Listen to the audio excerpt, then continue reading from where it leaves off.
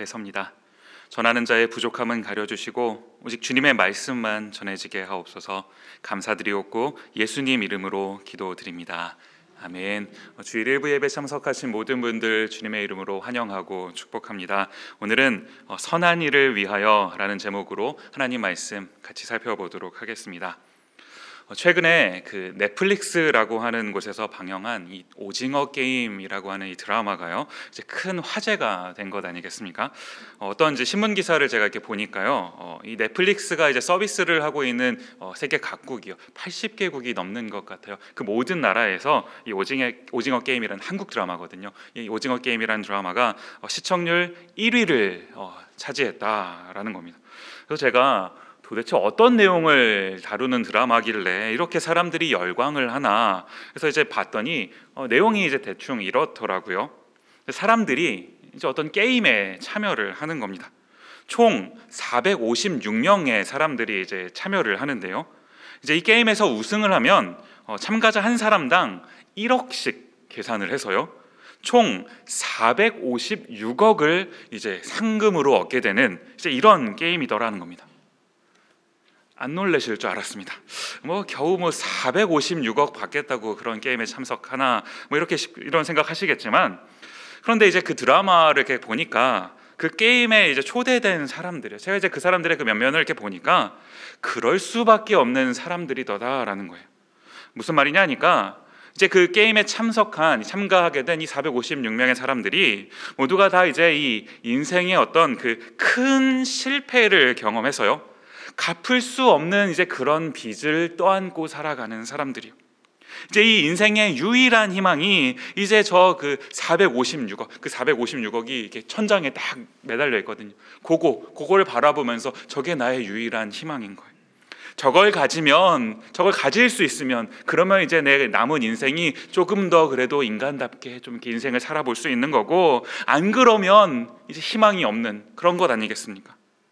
문제는요, 제가 정말 깜짝 놀란 게 뭐냐 하니까 이 드라마가 너무 잔인하더라고요. 게임을 하는데 이제 이 게임은 저희가 너무나 잘 알고 있는 이제 그런 게임들입니다. 이런 거예요. 무궁화 꽃이 피었습니다. 또 줄다리기, 달고나. 저희 동네에서는 어렸을 때 달고나라고 하나 뽑기라고 했었는데, 근데 그게 이렇게 눌러갖고 이렇게 쪼개는 그런 거 있지 않습니까? 그런 거랑 또 구슬치기, 이런 것들이, 이제 이런 게임들은 저도 어렸을 때 이제 종종 했었던 그런 게임들입니다. 게임은 그 순수한 그때 그 시절 그 게임인데, 이제 문제가 뭐냐 하니까 이제 이 게임을 하는 도중에 이 게임에서 지거나 혹은 탈락을 하게 되면요, 죽어요. 나중에는 이게 어디까지 가냐 하니까요, 다른 사람을 죽여야, 그래야 내가 살 수 있는, 저 456억을 갖기 위해서는 다른 사람을 죽여야지만, 그래야지만 내가 한 걸음 거기에 더 가까이 가게 되더라라는 거. 제가 처음에 이걸 이렇게 보면서 너무 잔인하더라고요. 이렇게까지 잔인할 필요가 있겠는가 싶을 정도로 너무 잔인해서 보기가 힘들 그런 지경이었습니다. 그런데 이게 가만히 이렇게 보면서 무슨 생각이 들었냐 하니까요, 지금 눈앞에 보여지는 어떤 그런 사람들이 죽고 하는 이런 장면이 잔인한 게 아니라, 물론 그것도 잔인하지만 그것만 잔인한 것이 아니라, 지금 이런 상황에 놓여 있는 사람들, 그 사람들의 상황 자체가 너무 잔인하더라라는 거예요. 이 456억, 이거는 상징적인 것 같은 겁니다. 내가 원하는 어떤 그 무언가를 갖기 위해서는 어떻게 해야 되는 겁니까? 내가 그걸 가지려면 다른 사람들을 짓밟아야 되는 거고요. 그래서 그 사람들을 없애버리고 내가 가야지만 내가 그것을 가질 수 있게 되는 것 아닙니까? 어떤 관점에서 본다면 이게 저희가 살아가고 있는 이 세상의 모습인 것 아닌가요? 남들보다 조금 더 좋은 것을 가지기 위해서, 남들보다 조금 더 높은 자리에 올라가기 위해서 이 드라마 속에서처럼 그 정도로 잔인한 그런 행동은 안 할지라도 내 욕심을 이루기 위해서 언제나 다른 사람을 생각하기보다 나를 먼저 생각하게 되는 거, 제가 이 드라마를 보면서요, 어쩌면 우리 모두가 다 이 오징어 게임 속에 갇혀 있는 것은 아닐까, 이런 생각이 들다 보니까 이게 너무나 잔인하더라라는 겁니다. 그렇게 해서 그 매달려 있는 그 456억을 얻으면, 그것을 가지게 되면 그것이, 그 돈이, 그 성공이 어떤 나의 그 인생을 책임져 주고 나를 구원해 줍니까? 제가 이제 이 드라마를 보면서 굉장히 인상 깊게 봤던 장면이 어디냐 하니까요, 이제 이 오징어 게임이라고 하는 이 잔인한 이 게임을 설계한 사람이 있더라고요. 지금 보시면 게임의 상금이 456억인데 이 게임을 설계하는 사람이라면 이 돈이 얼마나 많은 사람이겠습니까? 그런데 이제 이 드라마 말미에서요, 이 모든 게임을 설계했던 그 사람이 죽습니다. 어떤 할아버지이신데 돌아가세요. 게임에 져서 그래서 이제 죽은 게 아니라요, 그냥 이게 병을 얻으셔서 병 때문에 돌아가시게 됩니다. 제가 이 장면을 이렇게 가만히 보면서요, 이게 인간의 한계더라고요. 456억을 얻어도 456억이나 되는 돈을 내 마음대로 굴릴 수 있어도, 그런 위치가 되어도요, 저희 인간이 결코 극복할 수 없는 한 가지, 이 죽음이라고 하는 이 한 가지는 저희가 결코 극복할 수가 없는 것 아닙니까?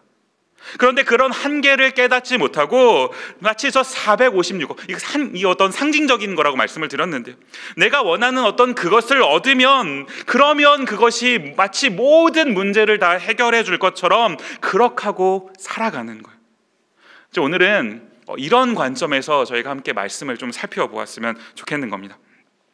저는 이제 오늘 함께 살펴볼 본문 말씀을요, 크게 세 부분으로 이제 구분해서 함께 살펴보려고 하는데요. 이제 먼저는 앞서 두 가지 내용을 먼저 살펴본 다음에요, 이제 마지막으로 나머지 한 가지 부분을 이제 결론적으로 같이 이제 살펴보고자 합니다. 이제 먼저 살펴보고자 하는 이 두 가지 부분이 뭐냐 하니까요, 이 두 가지를 오늘 본문 1절 말씀이 잘 설명을 해주고 있습니다. 에베소서 2장 1절 말씀을 함께 보시면요, 너희의 허물과 죄로 죽었던 너희를 살리셨도다. 이제 1절 말씀을 두 가지, 이 두 부분으로 나누어서요, 먼저는 허물과 죄로 죽었던 이라는 부분이고요, 그러는가 하면 그 다음 부분은 살리셨도다 라는 부분입니다. 먼저 이 허물과 죄로 죽었던 이라는 부분을 저희가 같이 살펴봤으면 좋겠는데요, 여기 보시면 이 죄라고 하는 이 개념이 등장을 하는 것 아니겠습니까? 여기서 이제 가리키고 있는 이 죄라는 말은 헬라어로 하마르티아라는 이제 말을 사용합니다. 이 하마르티아라는 말이 어떤 의미를 가진 단어이냐 하니까요, 아마 성경 공부나 설교를 통해 많이 들어보셨을 겁니다. 관역에서 이제 빗나가다, 이제 이런 의미를 가진 말이 이 하마르티아라는 그런 말인 것 아니겠습니까?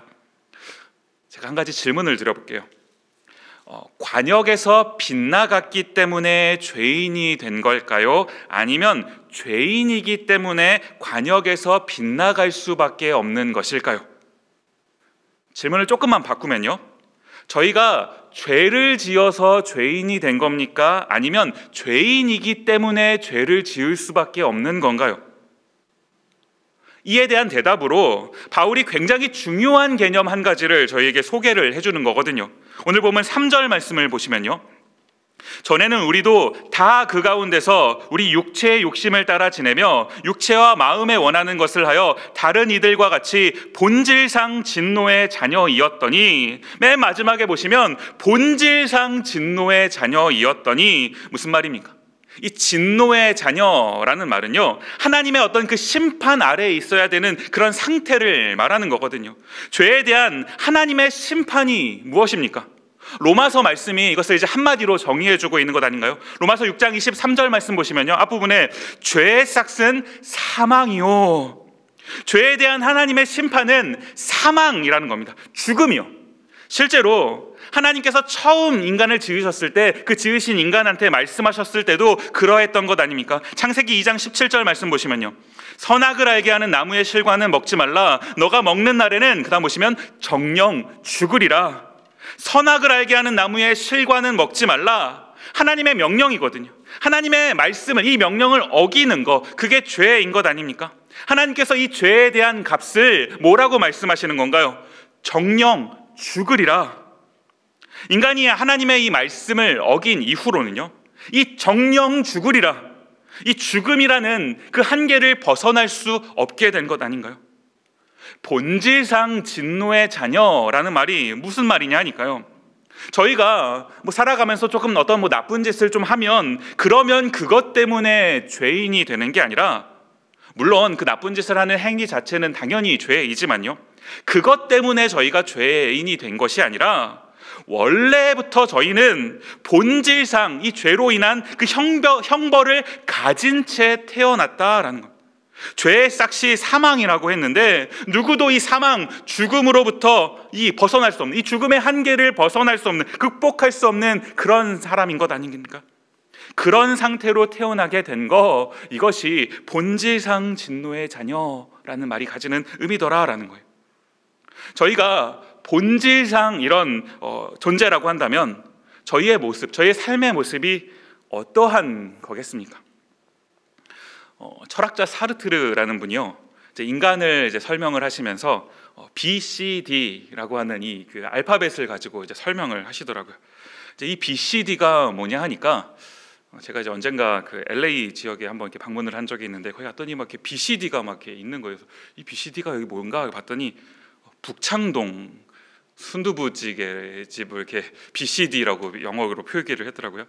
제가 오늘 설교가 너무 딱딱해질까 봐 노력을 하는 건데요, 이 샤르트르가 얘기했던 이 BCD가 뭐냐 하니까, 인생은 B와 D 사이에 있는 C다, 이런 겁니다. 무슨 말이냐면요, 이 B, birth, D, death, 이 TH 발음은 이게 아무리 제가 노력을 해도 이게 극복하기 어려운 그런 발음인 것 같은데, 저의 한계인 것 같아요. 아무튼 이 벌스, 네, 그리고 데스, 이 사이에 있는 C, 뭡니까? 초이스, 선택의 연속이다라는 거.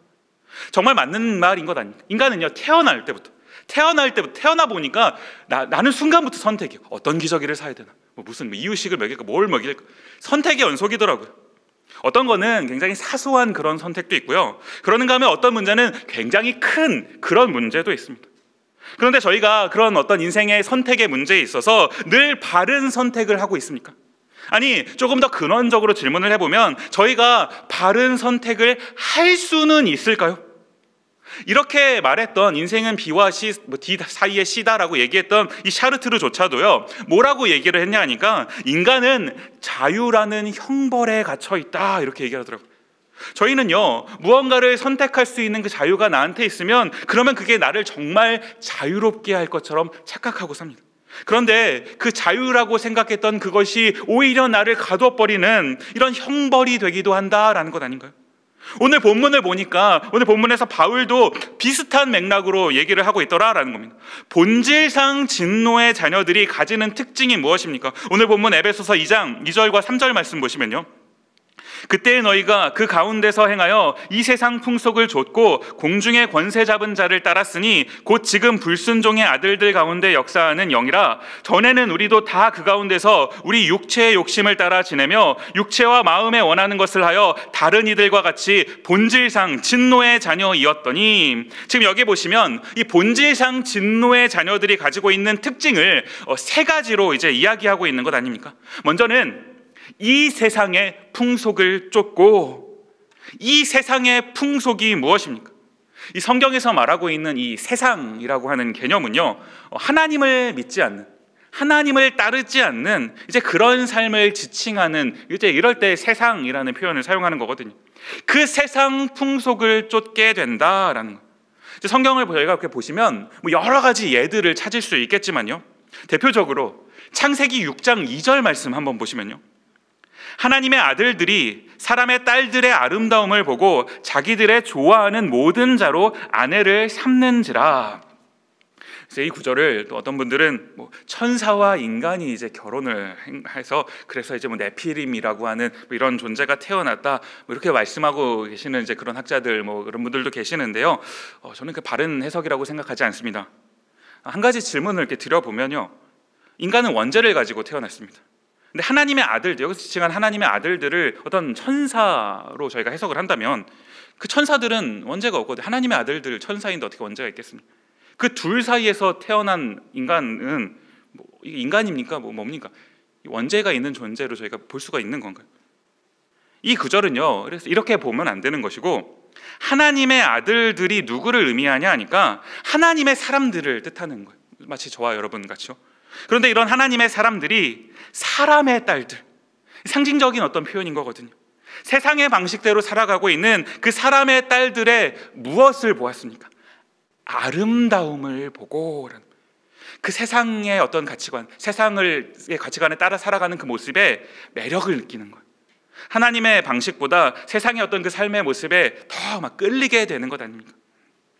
비슷한 예가 창세기 13장에도 나오는데요. 창세기 13장 10절 말씀 보시면, 이에 롯이 눈을 들어 요단 들을 바라본즉 소알까지 온 땅에 물이 넉넉하고 여호와께서 소돔과 고모라를 멸하시기 전이었는고로 여호와의 동산 같고 애굽 땅과 같았더라. 아브라함과 조카 롯이 있었습니다. 식구가 많아지다가 보니까요, 같이 지내기가 어려워진 거예요. 그래서 이제 아브라함이 이 롯하고 헤어지면서 이제 롯한테 이제 먼저 선택권을 양보하는 것 아닙니까? 너가 먼저 좀 선택을 해라. 그랬더니 롯의 선택이 무엇이었습니까? 소돔 땅을 선택합니다. 왜요? 왜 소돔 땅을 선택했습니까? 눈을 들어 보니까, 내 눈으로 그걸 보니까 거기가 더 좋아 보였거든요. 그래서 롯은 내 눈에 좋아 보이는 그 땅을 선택해서 갑니다. 아브라함의 선택은 조금 다르거든요. 창세기 13장 12절 말씀 보시면요, 아브라함은 가나안 땅에 거하였고 롯은 평지 성읍들에 머무르며 그 장막을 옮겨 소돔까지 이르렀더라. 아브라함은 가나안 땅에 거하였고, 아브라함이라고 해서 좋은 땅을 볼 줄 몰랐겠습니까? 그런 안목이 없었을까요? 아브라함의 기준은요, 지금 어떤 내 눈에 좋아 보이는 그것이 아니라 가나안 땅에 거하였고, 무슨 말입니까? 가나안 땅, 하나님께서 나한테 약속으로 주신 그 땅, 여기에 머무르기를 선택한 겁니다. 지금 보시면 선택의 기준이 완전히 다른 것 아닙니까? 그런데 저희가 지금 이런 어떤 선택의 문제에 있어서 지금 이 아브라함처럼 하나님의 약속을 저희가 더 신뢰하는 겁니까? 아니면 롯처럼 내 눈에 좋아 보이는 거, 이거를 더 선택하고 싶어 하는 건가요? 세상의 풍속을 쫓는다라는 이 말은 이런 거 아닙니까? 그런가 하면 또 한 가지 특징이 뭐냐 하니까요, 오늘 본문 2절 중간 부분에 보시면요, 공중권세 잡은 자를 따른다라는 겁니다. 이 공중권세 잡은 자가 누구를 말하는 거냐 하니까요, 이제 신약 성경에 보시면 이 하늘을 가리키는 말이 이제 두 가지가 있는데요. 하나는 우라노스라는 말입니다. 이제 이 우라노스는 하나님이 계시는 이제 그런 하늘을 지칭하는 말이에요. 꼭 어떤 그 물리적인 장소만을 뜻하는 것이 아니라 이제 모든 것을 초월해 계시는 그곳, 이제 그 의미를 담고 있는 말, 이것이 이제 하늘이라는 개념인 것 아니겠습니까? 그러는가 하면 또 하늘을 가리키는 또 한 가지 표현이 있는데요. 이제 그것이 오늘 본문에서는 공중이라고 번역이 되어 있어요. 공중권세 잡은 자, 공중이라고 번역이 되어 있는데, 이 말은 아에르라는 이 헬라어 단어입니다. 이 공중의 권세를 잡았다라는, 이 공중이라는 말은 공기라고도 이제 번역을 할 수 있는 건데요, 저희와 밀접하게 같이 있는 것 아니겠습니까? 여기에 권세를 잡았다라는 건요, 그러니까 저희가 이 공중 권세 잡은 자의 영향력 아래에 있다라는 이런 말이거든요. 그러면 이 공중 권세 잡은 자가 누구를 가리키는 표현인 건가요? 베드로후서 2장 4절 말씀을 보시면요, 하나님이 범죄한 천사들을 용서치 아니하시고 지옥에 던져 어두운 구덩이에 두어 심판 때까지 지키게 하셨으며, 여기 보시면 범죄한 천사라는 말이에요. 천사였는데 그런데 범죄했습니다. 여기서 이 범죄했다라는 말도 저희가 아까 전에 살펴봤던 그 하마르티아, 이제 그 말이거든요. 관역에서 벗어난 거예요. 이거를 설명한 게 유다서로 가서요, 유다서 6절 말씀에 보시면 이렇게 기록합니다. 또 자기 지위를 지키지 아니하고 자기 처소를 떠난 천사들을 큰 날의 심판까지 영원한 결박으로 흑암에 가두셨으며, 자기 처소를 떠난 천사들, 무슨 말입니까? 있어야 할 그 자리에 있지 않은 거예요. 관역에서 벗어난 거, 하마르티아인 것 아닙니까? 그렇게 타락한 천사들이 이제 사탄과 그 사탄을 쫓는 따르는 이제 졸개들이 된 건데요, 이제 이 사탄이 하는 일이 무엇입니까? 자신들이 원래 있어야 되는 그 자리에서 떠난 것처럼 저희도요, 이 인간들도 있어야 할 그 자리에서 떠나도록 하는 거, 이걸 다른 말로 하면 유혹이라고 말하는 것 아니겠습니까? 저희가 사탄 이렇게 생각을 하면요, 뭔가 이제 막 무섭고 막 흉측한 어떤 그런 이미지요. 최근에 이제 저희 동네에 이렇게 돌아다니다가 보면은 이제 그 할로윈이라고 해서 이제 좀 있으면 이제 그런 이상한 게 오지 않습니까? 그 할로윈을 이제 준비한 가정들이 막 집들이 막 꾸며놨더라고. 어떤 데는 막 무섭게 막 귀신 모양 해놨는데, 사탄은요 그런 무섭고 흉측한 이미지가 아닙니다. 오히려 굉장히 부드럽고 굉장히 매력적이고 굉장히 달콤한 것. 사실 그래서 더 무서운 것 아닌가요? 그런가 하면 이 본질상 진노의 자녀들이 가지는 세 번째 특징도 있는데요, 그게 뭐냐 하니까 육체의 욕심을 따라 지낸다라는 거예요. 지금 이 육체의 욕심을 따라 지낸다라는 것도 사실은 지금까지 살펴봤던 거랑 같은 맥락인 거거든요. 오늘 본문 에베소서 2장 2절과 3절을 보시면요, 이 본질상 진노의 자녀들이 가지고 있는 세 가지 특징들이 소개가 되고 있는 건데요, 세상 풍속을 쫓고, 개역개정에 보니까 이것을 따르고라고 번역을 했습니다. 또 공중 권세 잡은 자를 따르고, 마지막으로 육체의 욕심을 따라 지내는 것. 세 가지 모두를 따랐다 이렇게 번역을 하고 있는데, 저희가 이 따르는 것, 이 따름의 문제, 이걸 가만히 생각을 좀 해보면서요, 저희가 어떤 이것들을 정말 의지적으로 내 마음에 원하는 바가 있어갖고 이것을 내가 따르겠다라고 결단하고 선택하셨습니까? 오늘 저희가 예배를 이렇게 드리고 계시는데, 예배를 드리시면서요, 예배 가운데 내가 이번 주에는 반드시 세상 풍속을 쫓으리라 결단하고 돌아가시는 분들 계신가요? 그런 분들 아무도 안 계실 겁니다. 그런데 우리가 그렇게 살기로 결단한 것도 아니고 그걸 바란 것도 아닌데, 그런데 정신 차리고 보니까 왜 우리의 삶이 그렇게 살고 있느냐라는 거예요. 로마서 7장 19절 20절 말씀 보시면요, 내가 원하는 바 선은 하지 아니하고 도리어 원치 아니하는 바 악은 행하는도다. 만일 내가 원치 아니하는 그것을 하면 이를 행하는 자가 내가 아니요 내 속에 거하는 죄니라. 우리가 원하는 건 선인데, 그런데 행하는 건 오히려 원치 않는 악이더라라는 거예요. 왜 이런 선택을 할 수밖에 없는 겁니까? 내 안에 있는 이 죄 때문에, 이 죄가 나를 그렇게 한다라는 것 아닙니까? 이것이 오늘 본문이 이야기하고 있는 본질상 진노의 자녀라는 이 말인 것 아닌가요? 이게 허물과 죄로 죽었던 저희의 상태를 가리키는 말이거든요. 허물과 죄로 죽었던 이 모습이다라는 겁니다. 그런가 하면요, 오늘 저희가 본문에서 크게 두 번째 부분으로 같이 살펴보고 싶은 부분이 뭐냐 하니까 살리셨다라는 부분이거든요. 오늘 에베소서 2장 4절과 5절 말씀으로 가서 보시면요, 긍휼에 풍성하신 하나님이 우리를 사랑하신 그 큰 사랑을 인하여 허물로 죽은 우리를 그리스도와 함께 살리셨고 너희가 은혜로 구원을 얻은 것이라. 너무나 아쉬운 한 가지가 뭐냐 하니까, 지금 이 부분을요, 헬라어 원문으로 보면은 이 4절에서 하나님이라고 했을 때, 이제 이 하나님이라는 단어가 헬라어로 데오스라는 말이거든요. 근데 이제 원문에 보면은 이 데오스라는 말 앞에 데라는 이 접속사가 붙습니다. 데오스. 무슨 말이냐니까, 이 데라는 말은 그러나라는 말이거든요. 그러니까 데오스 무슨 말입니까? 그러나 하나님이라는 말. 영어 성경 이렇게 보시면 but이라고 해서 분명히 이 부분을 번역을 해 놓았거든요. 근데 아쉽게도 한국어 성경은 이 3절과의 관계 속에서 약간 이렇게 흐릿하게 이렇게 번역을 하고 넘어가 버렸어요. 그러니까 저희가 이제 이 원래의 의미를 살펴본다면, 지금 이 4절 말씀을 시작하면서 어떻게 저희가 이것을 해석해야 되는 겁니까? 그러나 하나님이 이렇게 하고 보면은 이 4절의 의미가 더욱 분명하게 드러나는 것 아닌가요? 3절까지 내용을 보시면요, 우리는 모두가 다 본질상 진노의 자녀이었거든요. 본질상 이미 답이 없는 겁니다. 그냥 그렇게 하고 끝나버려도요, 3절까지 하고 그냥 끝나버려도 거기에 누구도 토를 달 수가 없어. 원래 그렇게 태어난 존재인 거, 이미 진노를 받아야 되는 상태니까요. 그런데 저희의 인생이 3절로 끝나는 것이 아니라 4절 말씀이 이어지는 것 아닙니까? 4절이 어떻게 시작한다고요? 그러나 하나님이 그 큰 사랑을 인하여, 그 큰 사랑이 뭔데요? 5절에 나온 표현이요, 그리스도와 함께 살리셨고.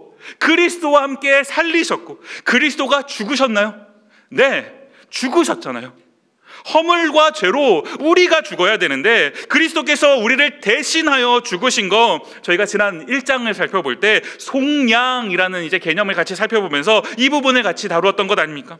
예수님께서 저희를 대신하여 죽으심으로 본질상 진노의 자녀였던 저희가 살 수 있게 된 거예요.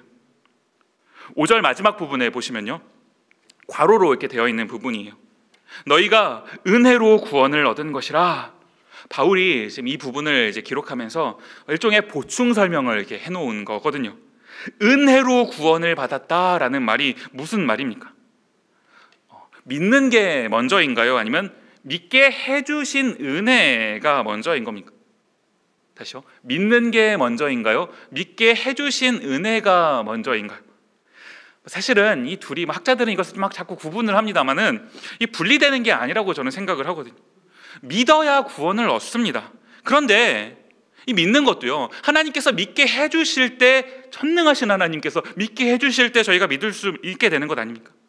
저희가 아까 전에 창세기 6장에 기록된 이 노아의 때의 어떤 예를 살펴봤었던 건데요, 하나님께서 타락한 세상, 하나님의 아들들이 사람의 딸들의 아름다움을 보고 원하는 대로 아내를 삼았다, 이 타락한 세상을 홍수로 심판하시기로 결정하셨던 것 아닙니까? 그런데 그 심판 가운데 내가 세상을 다 쓸어버리겠다라고 하는 이 엄청난 심판 가운데 어떤 일이 일어납니까? 창세기 6장 8절 말씀 가서 보시면요, 그러나 노아는 여호와께 은혜를 입었더라.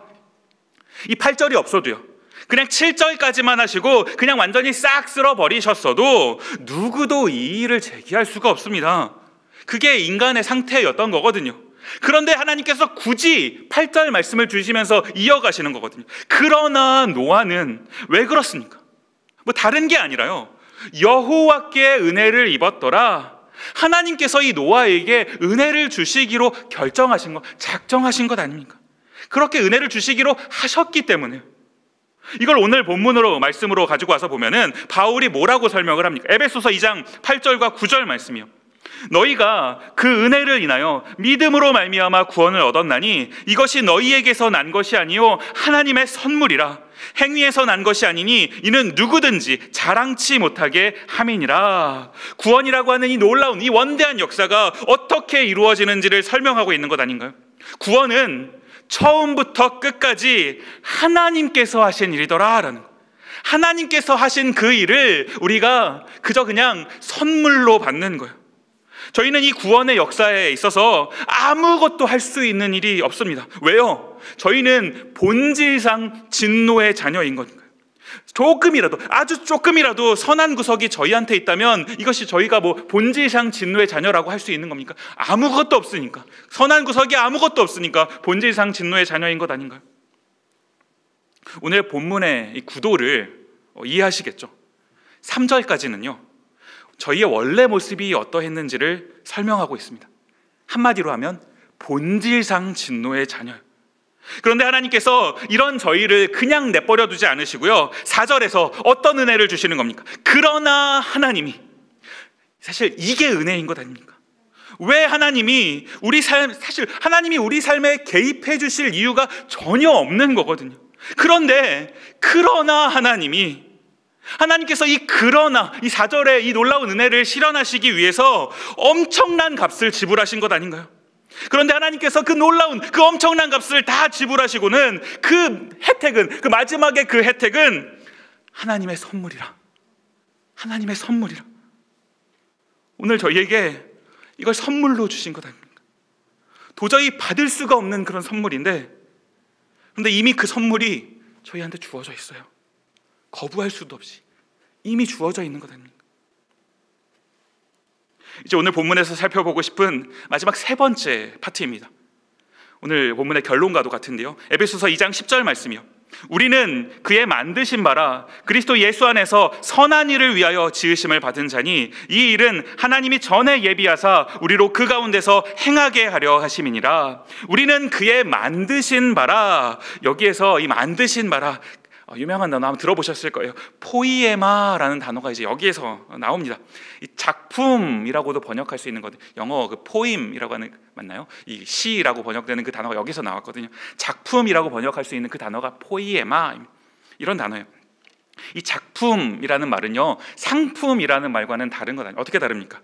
작품은요, 어떤 작가가 이제 심혈을 기울여서요, 내가 정말 내 정성을 다해서 한 땀 한 땀 했고 이제 만드는 겁니다. 유일하게 만드는 거예요. 아주 그냥 독특하게 내 세상에 둘도 없이 만든 그걸 작품이라고 하는 것 아닙니까? 마구 그냥 막 찍어내는, 저희 보시면 앉으신 좀 의자 다 똑같이 생겼잖아요. 이런 상품하고는 이제 다른 거, 그게 이제 작품인 거죠. 저희가 이런 작품이라고, 너희는 그의 만드신 바라, 하나님의 작품이요, 하나님의 포이에마라고, 하나님께서 저희를 세상에 단 하나밖에 없는 그런 존재로 지으셨다라는 것 아닙니까? 왜요? 왜 이렇게 지으셨습니까? 10절 말씀이 이에 대한 답을 주고 있는 건데요, 선한 일을 위하여. 제가 이제 이 부분을 묵상하는데 문득 그 찬송가 499장이요, 499장 그 3절 가사가 떠오르더라고요. 밤 깊도록 동산아, 죄송합니다, 긴장을 해서 키를 너무 높게 잡았네요. 밤 깊도록 동산 안에 주와 함께 있으려 하나. 왜 그렇습니까? 은혜를 경험한 사람들은요, 이 말이 무슨 말인지를 이해하는 것 아닙니까? 본질상 진노의 자녀였는데 이런 나에게 하나님께서 은혜를 베풀어 주셔가지고요, 하나님의 자녀로 삼아주시니까 얼마나 감사한 겁니까? 이런 나에게 그 은혜를, 그 놀라운 은혜를 베풀어 주신 하나님과 밤새도록 함께하고 싶은 거 당연한 거 아닙니까? 그런데 하나님이 주시는 그 은혜는요, 거기서 끝나는 것이 아니라요, 이어지는 가사요. 괴로운 세상에 할 일 많아서 날 가라 명하신다. 하나님이 저희를 부르신 이유는 보내시기 위해서거든요. 은혜를 받아 누리는 것은요, 그 은혜를 받아 누리는 것만 은혜인 것이 아니라요, 그 은혜를 가지고, 하나님이 나에게 허락해 주신 그 놀라운 은혜를 가지고 세상을 향해 가는 거, 그게 진짜 은혜를 받은 사람, 진짜 은혜를 살아내는 사람들의 삶인 것 아닙니까? 괴로운 세상에, 이 세상은요, 본질상 진노의 자녀들이 살아가고 있는 곳이에요. 제가 서두에서 언급했었던 마치 그 오징어 게임 같은 거예요. 자신의 한계가 뭔지도 모른 채 그럼에도 불구하고 거기서 어떻게든지 살아보겠다고 서로가 서로를 막 힘들게 하고 그런 곳이, 모두가 상처를 받습니다. 도대체 누가 승자인지 모르겠어요. 모두가 상처 더미 가운데 있어요. 그런 세상에 하나님께서 저희를 보내주셔가지고 저희가 가가지고요, 그게 아니라고, 그렇게 살아가는 게 아니라고 다른 길이 있다라는 걸 보여주는 거, 이것이 은혜로 구원을 받은 사람들의 삶의 모습이어야 되는 것 아닙니까? 하나님께서 저희를 이 일을 시키시기 위하여 작품으로 만드신 것 아닌가요? 저희가 살고 있는 그 삶의 현장 각각의 곳에서 작품이요, 사람들과 구별된 작품으로. 오늘 본문의 3단계요, 본질상 진노의 자녀이었는데 은혜로 구원을 주신 겁니다. 그리하고는 선한 일을 행하라고 저희를 보내시는 거거든요. 하나님께서 손수 빚으신 그 작품으로 저희 각자의 삶의 현장 가운데 저희를 보내주신 건데요, 오늘 이 말씀을 비추어서요, 저희의 모습이 어떻습니까? 하나님께서 저희를 보내신 그 삶의 현장 가운데서 작품으로서의 역할을 감당하고 계신가요? 아니면 그냥 그렇게 마치 오징어 게임 속에 있는 그런 사람들처럼요, 그냥 똑같은 그냥 상품, 그렇게 하고 살고 있으면 안 되는 것 아닌가요? 설교를 마무리하면서 이 찬양을 함께 고백했으면 좋겠는데요, 저희가 원론적으로 돌아가서요, 도대체 무엇이 은혜인지를 생각해 보았으면 좋겠는 겁니다. 본질상 진노를 받아야 되는 자리에서 구원의 자리로 옮겨주신 거, 은혜는요, 다른 어떤 게 은혜가 아니라 456억을 받는 게 그게 은혜가 아니라요, 본질상 진노의 자녀이었는데 은혜로 구원을 주신 거, 하나님의 자녀 삼아 주신 거, 이게 은혜인 것 아닙니까? 저희 모두가 혹 이 은혜의 감격을 저희가 잊고 있다면 오늘 함께 이제 말씀을 듣고 같이 찬양하고 기도하는 가운데 하나님께서 이 은혜의 감격을 다시금 회복시켜 주셨으면 좋겠습니다. 우리 함께 찬양하면서 나아가도록 하겠습니다.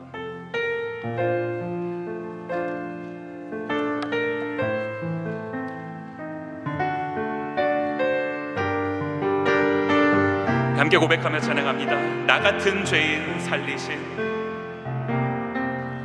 나 같은 죄인 살리 주내 놀라와, 주내 놀라와, 잃었던 생명 찾았고 잃었던 생명 찾았고 광명을 얻었네. 광명을 얻어 이렇게 고백합니다. 큰 죄악에서 건지신 큰 죄악에서 건 주의 고마워 주의 고마워. 나 처음 믿은 그 시간 나 처음 믿은 그 귀하고 귀하다 귀하고 우리를 구원하신 그 하나님께 함께 고백합니다. 주 찬양 주 찬양 주 찬양 내 마음 다해 내 마음 다해 주 찬양 주 찬양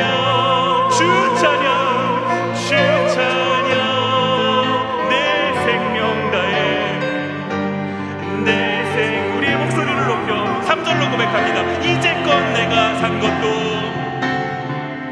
이제껏 내가 산 것 주님의 은혜라 주님의 은혜라. 또 나를 장차 본향해 또 나를 장차 본향 인도해 주시리 인도해 주리. 믿음으로 고백하시면서 거기서 우리 영원히 거기서 우리 하나님의 은혜를 기억하십니까? 주님의 은혜로 주님의 은혜로 해처럼 밝게 살면서 해처럼 밝게 살며 우리가 할 일 한 가지요. 주 찬양하리라 찬양하리. 함께 고백합니다. 주 찬양 주 찬양 주 찬양 주 찬양 내 마음 다해 내 마음 다해 한 번 더 주 찬양 주 찬양 주 찬양 주 찬양 내 생명 다해 내 생명 반주를 들으시면서 잠시 같이 기도했으면 좋겠습니다. 오늘 본문이 저희의 원래 상태가 무엇이었는지를 다시 한번 저에게 가르쳐주고 있는 것 아닙니까? 본질상 진노의 자녀요. 이미 죄로 인해서 저희는 한계를 가진 존재이거든요. 그런데 그 한계를 인지하지 못하고 인식하지 못하고 내가 그냥 내 뜻대로 살 수 있을 것처럼 살아가고 있는 거, 여전히 저희는 그런 어떤 본질상 진노의 자녀의 모습을 가지고 있는 것 아닙니까? 그러나 하나님께서 본질상 진노의 자녀인 저희를 그냥 내버려 두시는 것이 아니라 4절에서 주셨던 그 은혜요. 그러나 하나님이 그 큰 사랑을 인하여 하나님께서 저희를 은혜로 구원해 주신 것 아닙니까? 왜 구원해 주셨나요? 우리만 잘 먹고 잘 살려고요? 아니요. 하나님께서 저희를 선한 일을 위하여 하나님께서 우리를 그 일을 하기 위해 보내신 것 아닙니까? 저희 각자를 작품으로 삼아 주신 거는요, 작품으로 만들어 주신 것은 저희 삶의 현장 가운데 주님께서 보내셔서 선한 일을 위하여 살아가라고 하나님 그 사명을 저에게 주신 거거든요. 은혜를 기억하는 사람이라면 그렇게 살아야 되는 겁니다. 아버지 하나님, 내가 그렇게 살아갈 수 있게 없어서 주님께서 나에게 보내신 그 삶 가운데서 작품으로서의 삶을 살아갈 수 있게 없어서 선한 일을 위하여 살아갈 수 있게 없어서 주님, 내가 그렇게 살아가기를 원합니다. 오늘 말씀을 기억하시면서 잠시 한번 같이 기도하는 시간 가졌으면 좋겠습니다. 같이 기도하도록 하겠습니다. 고마우신 아버지 하나님, 함께 모여서 주님을 예배할 수 있는 기회를 또 한번 허락해 주시니 감사합니다. 아버지 하나님, 오늘 본문 말씀을 통하여서 저희 원래의 상태가 어디였는지를 다시 한번 깨닫게 됩니다. 아버지 하나님, 본질상 진노의 자녀이었더니 아버지 하나님, 이것이 저희의 원래의 모습이었습니다. 저희의 어떤 힘과 능력으로는 벗어날 수 없는 그런 한계, 아버지 하나님, 이 죄의 어떤 그 결과를 가지고 살아갈 수밖에 없는 이런 삶을 살아갔던 것이 저희인데, 아버지 하나님, 이런 저희를 그냥 내버려 두시지 않으시고 아버지 하나님, 그러나 하나님이 아버지 하나님, 하나님께서 놀라운 은혜를 저희 삶 가운데 허락해 주셔서 하나님의 자녀 삼아 주신 것, 저희를 구원해 주신 것, 그 은혜가 얼마나 큰지를 아버지 하나님 바라보게 됩니다. 아버지 하나님, 그 은혜를 누린 저희가, 그 은혜를 받아 누리는 저희가 아버지 하나님, 이 세상 그냥 살아가서는 되겠습니까? 아버지 하나님, 저희를 만드셨다 말씀하셨는데 선한 일을 위하여 위하여 아버지 만드셨다 말씀하셨는데, 아버지 하나님 그 삶을 살아갈 수 있게 하여 주시옵소서. 아버지 하나님, 하나님께서 보내신 그 삶의 현장 가운데서 그 작품의 삶을 살아갈 수 있도록 아버지 하나님 선한 일을 위하여 그 사명을 감당하며 살아갈 수 있는 저희 모두 되게 하여 주시옵소서. 주여 은혜를 베풀어 주시옵소서.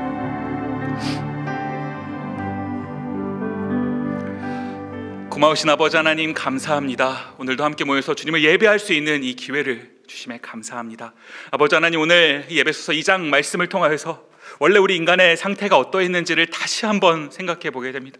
본질상 진노의 자녀이었더니 아버지 하나님, 저희는 이 죄의 그 결과 아래서 자유로울 수 없는, 아버지 하나님, 우리 모두는 다 그런 상태로 살아갈 수밖에 없는 존재였는데, 그런데 하나님께서, 그러나 하나님 놀라운 은혜를 저희 삶 가운데 허락해 주셔서 저희를 구원해 주신 것, 저희를 하나님의 자녀 삼아 주신 것, 그 놀라운 은혜를 베풀어 주셨음을 다시 한번 살펴보게 됩니다. 아버지 하나님, 놀라운 은혜를 받은 저희가 하나님 이 세상 그냥 살아가는 것이 아니라 하나님 선한 일을 위하여 하나님 우리를 지으셨다 말씀하셨사오니 하나님 그렇게 살아갈 수 있도록 은혜를 허락해 주옵소서. 저희를 보내신 그 삶의 현장 가운데서 하나님 만드신 그 작품의 역할을 감당하며 살아갈 수 있는 그런 세상 되게 하옵소서. 오징어 게임처럼 아버지 하나님, 희망이 없는 이 세상 가운데 아버지 하나님, 저희가 하나님의 만드신 그 걸작품으로서 선한 일이 무엇인지를, 선한 것이 무엇인지를, 복음이 무엇인지를 그 세상 가운데 전할 수 있는 그런 삶 살아가게 하여 주시옵소서. 은혜를 더하여 주실 줄 믿습니다. 감사드리옵고 예수님 이름으로 기도드립니다. 아멘. 다 같이 자리에서 일어나셔서 주기도문 찬양하시겠습니다.